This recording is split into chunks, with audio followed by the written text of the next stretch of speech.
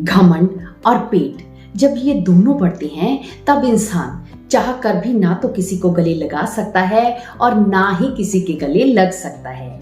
जिस प्रकार नींबू के रस की एक बूंद हजारों लीटर दूध को बर्बाद कर देती है, उसी प्रकार मनुष्य का अहंकार अच्छे से अच्छे संबंधों को भी बर्बाद कर देता है।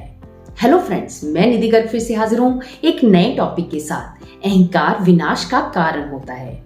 दोस्तों, वीडियो शुरू करूं उससे पहले मैं आपसे 3 प्रश्न पूछना चाहती हूँ। फर्स्ट, क्या आप भी इस बात को मानते हैं कि अहंकार विनाश का कारण होता है? सेकंड, क्या आप किसी व्यक्ति को जानते हैं जिसके अंदर अहंकार की भावना हो? थर्ड, क्या कहीं वो व्यक्ति आप ही तो नहीं है जिसके अंदर अहंकार की भावना है? दोस्तों, आपके प्रश्नों का उत्तर हाँ हो सकता है या तो फिर ना भी हो सकता है, लेकिन आपको इस बात को जरूर मानना होगा कि अहंकार विनाश का कारण होता ही है, चाहे यह अहंकार इंसान करे या तो फिर प्रकृति करे। आज की इस वीडियो में मैं आपके साथ शेयर करूंगी 2 ऐसी कहानियां जिसमें बताया गया है कि प्रकृति जब अहंकार करती है तब उसके साथ क्या होता है और जब इंसान अहंकार करता है तब उसके साथ क्या होता है। साथ ही वीडियो को एंड तक देखना, क्योंकि एंड में मैं आप लोगों से एक प्रश्न पूछूंगी जिसका उत्तर आपको बहुत ध्यान से देना है। तो चलिए दोस्तों, शुरू करते हैं। पहले, प्रकृति ने जब अहंकार किया तब उसके साथ क्या हुआ। एक बहुत घना जंगल था, चारों तरफ हरियाली थी।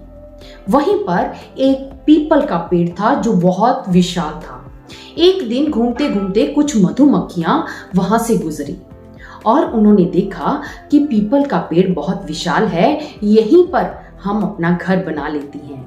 तब रानी मक्खी ने आगे बढ़कर पीपल के पेड़ से पूछा कि क्या हम आपके पेड़ पर अपना घर बना सकती हैं?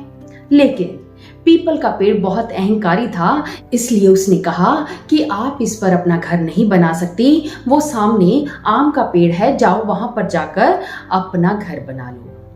रानी मक्खी वहां से चली जाती है और जाकर आम के पेड़ से रिक्वेस्ट करती है कि क्या हम आपके पेड़ पर अपना घर बना सकती हैं?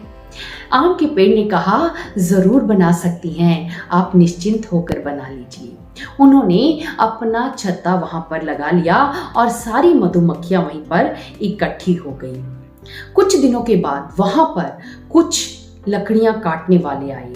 जैसे ही उनमें से एक व्यक्ति ने आम के पेड़ को काटने के लिए कुल्हाड़ी निकाली, तभी दूसरे व्यक्ति की नजर उस ऊपर लगे छत्ते पर पड़ी और उसने उसे काटने से मना करते हुए कहा कि देखो, वहां पर तो मधुमक्खियों का छत्ता लगा हुआ है, हम इस पेड़ को नहीं काटते वरना ये मधुमक्खियां हमें काट लेंगी। यह सोचकर वो वहां से चले जाते हैं और दूसरा पेड़ ढूंढने लगते हैं। तभी उनकी नजर उस पीपल के पेड़ पर पड़ती है।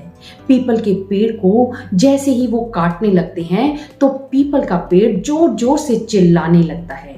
उसकी आवाज को सुनकर, उसकी चीख पुकार को सुनकर आम का पेड़ मधुमक्खियों से कहता है कि जाओ उसकी जाकर रक्षा करो। तब मधुमक्खियां उन्हें मना करती हैं, लेकिन बार बार आम का पेड़ उनसे विनती करता है। तो मधुमक्खियां उसे बचाने के लिए जैसे ही उसकी तरफ उड़ती हैं, तब वो लकड़हारे उन्हें देख लेते हैं और वो वहां से भाग जाते हैं। पीपल का पेड़ बहुत ही खुश होता है और साथ ही वो मधुमक्खियों से माफी भी मांगता है कि मैंने तुम्हें अपने पेड़ पर रहने की इजाजत नहीं दी थी, फिर भी तुम लोग मुझे बचाने के लिए आ गई। तब मधुमक्खियां कहती हैं कि हम तो तुम्हें बचाने के लिए नहीं आ रही थी, लेकिन बार बार आम के पेड़ ने हमें मिन्नत की, इसीलिए हमने आपको बचाया। दोस्तों, कहानी से शिक्षा मिलती है कि बड़ा वो नहीं होता जो दूसरों को छोटा कहे, बल्कि बड़ा वो होता है जिससे मिलकर कोई खुद को छोटा महसूस ना करे। ये तो थी प्रकृति की कहानी। अब कहानी सुनाती हूँ एक इंसान की, एक मूर्तिकार की। एक बार एक गांव में एक मूर्तिकार रहता था। बहुत ही सुंदर मूर्तियां बनाता था। सारी जिंदगी उसे मूर्तियां बनाने में ही निकल गई। वो अपनी मूर्ति बनाने की कला में इतना निपुण हो गया कि कोई भी व्यक्ति उसे देखता तो उसकी प्रशंसा किए बिना रह नहीं पाता था। अब अपनी प्रशंसा सुन सुनकर उस व्यक्ति के अंदर अहंकार आ गया कि कोई भी व्यक्ति मेरी मूर्ति जैसी मूर्ति नहीं बना सकता है। वाकई ही उसकी मूर्ति इतनी सुंदर थी मानो जीवित ही कोई व्यक्ति खड़ा हो। वो कहते हैं कि प्रशंसा इंसान की नहीं उसके गुणों की होती है। जब इंसान इस बात को समझ लेता है तब उसे चारों तरफ से प्यार ही प्यार मिलता है। लेकिन मूर्तिकार ने अपनी उस प्रशंसा को, अपने उस गुण को अहंकार में बदल लिया और धीरे धीरे उसकी उम्र बीतती गई। उम्र बीतने के साथ साथ एक दिन जमदूत उसे लेने के लिए आए। उसे पता चला कि आज जमदूत मुझे लेने आएंगे, इसलिए उसने अपने मन में प्लानिंग की और ऐसी मूर्तियां बना दी जिससे कि किसी को पता ही ना चले कि इसमें मूर्तिकार कौन है और मूर्ति कौन सी है। ये सोचकर उसने 10 मूर्तियां बनाई और 11वां वहां पर जाकर खुद खड़ा हो गया। और जब जमदूत देखने के लिए आया तो उसे कहीं पर भी मूर्तिकार नजर नहीं आया, क्योंकि सभी मूर्तियां एक से एक सुंदर थी। पहचान ही नहीं सकते थे कि ये इंसान है या तो फिर मूर्ति है। लेकिन जमदूत इस बात को जानता था कि मूर्तिकार इन्हीं मूर्तियों में से एक है। वो चाहता तो सभी मूर्तियों को तोड़कर देख सकता था, लेकिन उसने मूर्तियों को तोड़ा नहीं बल्कि अपने मन में विचार किया कि मूर्तिकार तो बहुत अहंकारी है। यह सोचकर वो मूर्तियों से बातें करने लगता है। मूर्ति से बात करते करते वो कहने लगता है कि वैसे तो मूर्तिकार ने बहुत ही सुंदर मूर्तियां बनाई हैं, कहीं पर भी कोई कमी नहीं है, लेकिन इसमें सिर्फ एक कमी है। अगर वो भी कमी दूर हो जाती तो बहुत ही अच्छी बात थी। अब मूर्तिकार को अहंकार था, इसलिए वो जल्दी से बोल पड़ा कि कहां पर कमी है। तब जमदूत उसे कहते हैं कि मूर्तियां बोला नहीं करती, यही कमी है। तुम बोल पड़े इसलिए तुम मूर्ति नहीं हो।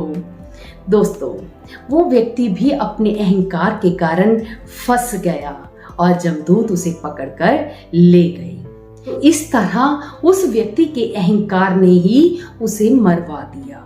तो अब आपको बताना है कि इन दोनों स्टोरीज में प्रकृति ज्यादा अहंकारी थी या तो फिर इंसान ज्यादा अहंकारी था। आप उस प्रश्न का उत्तर कमेंट बॉक्स में लिखकर बताएं और साथ ही बताएं कि दोनों में से कौन सी कहानी आपको ज्यादा अच्छी लगी। वीडियो अच्छी लगी हो, कहानी अच्छी लगी हो तो सब लोगों को सुनाएं भी और ज्यादा से ज्यादा लोगों के साथ शेयर भी करें, ताकि वो लोग भी अपने जीवन में अपने संबंधों को मजबूत बनाकर रख सकें, एक दूसरे के साथ प्यार बांट सकें। मिलते हैं नेक्स्ट वीडियो में नेक्स्ट टॉपिक के साथ। अगर आपने चैनल को सब्सक्राइब नहीं किया है तो अभी कर लीजिए।